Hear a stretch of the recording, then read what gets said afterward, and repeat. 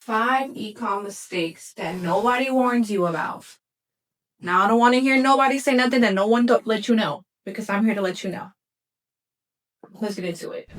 So when I first started my ecom business, I literally made every mistake in the book. And when I was looking for some advice or a mentor, it was kind of like very fluffy type of information. So in this video, I am breaking down 5 mistakes that I wish I would have known in the beginning that would have helped me save time, money, and effort. And the first one, thinking sales equal profit! Exclamation, exclamation, exclamation. Like, let's just be so for real. Just because your Shopify store shows like a $10,000 sales on your little dashboard does not equal your profits. You have to think about your product costs, your shipping costs, taxes, etc. Oh, you know, one of the bigger ones, the processing fees. Credit cards, Shopify fees, any apps.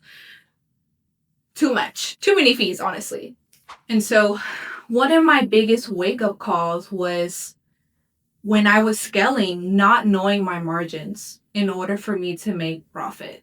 So track everything from day one. Profit is the goal. Number 2, I'm a victim to this. Obsessing over branding before releasing. So I would spend weeks, months perfecting the logo, perfecting the color scheme, the way this design is. That's procrastination, an underlying fear from stopping you from releasing your product or service.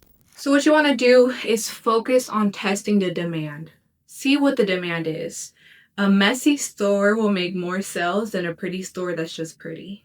Like, honestly, I rebranded my website 3 times before I got the final one that I liked, and that was within the span of 4 years. And the thing is that no one cared. None of the customers cared. They didn't even notice that the website changed.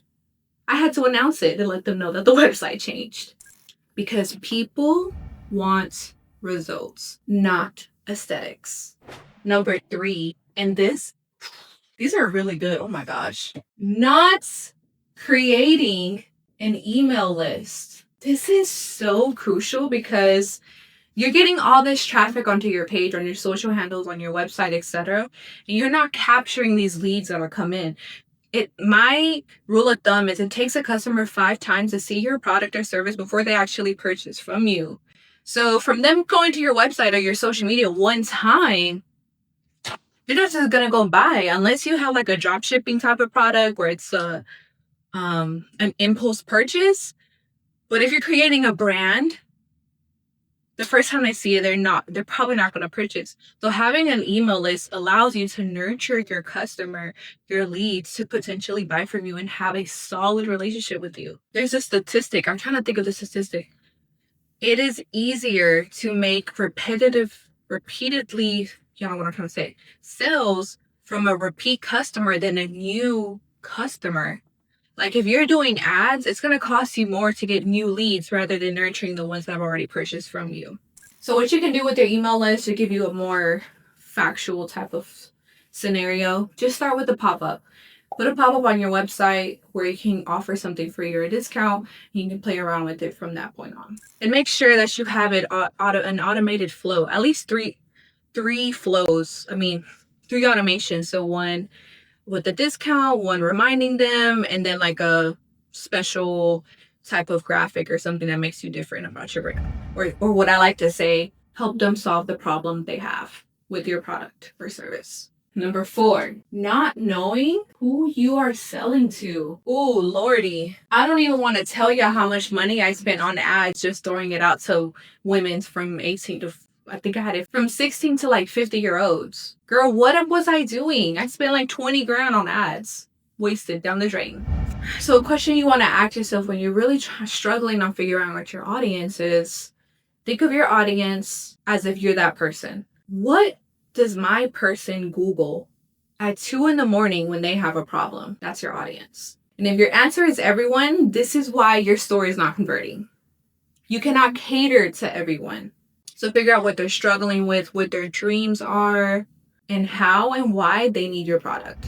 And number 5, which a lot of people I feel like fail at this point, is not treating your business like it's an actual business. So remember, when you have your business, you're not just selling a product, you're selling a brand. It should be you. It should be all of you. And that includes tracking your expenses, your margins, your products, your flows, your logistics. Creating these systems help you have determined goals. Too many people treat ecom like it's just a hobby and just think it's magically going to grow, but no, it's strategic and psychological. Show up as a CEO that you are, not just randomly when you're off of your 9 to 5 and like, oh, you know what, I'll just post something today. You might as well not post anything because it won't do anything.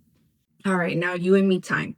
If you are just getting started, or if you've just been stuck turning your wheels over and over and over, I want you to know that you are not alone. I made all of these mistakes, all of them, and it cost me thousands, hundreds. Okay?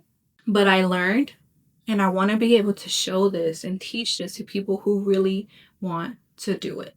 Now, if you think this helped, please make sure to subscribe, like this video, and leave a comment of what else you would like to see so I'll know what type of content to create.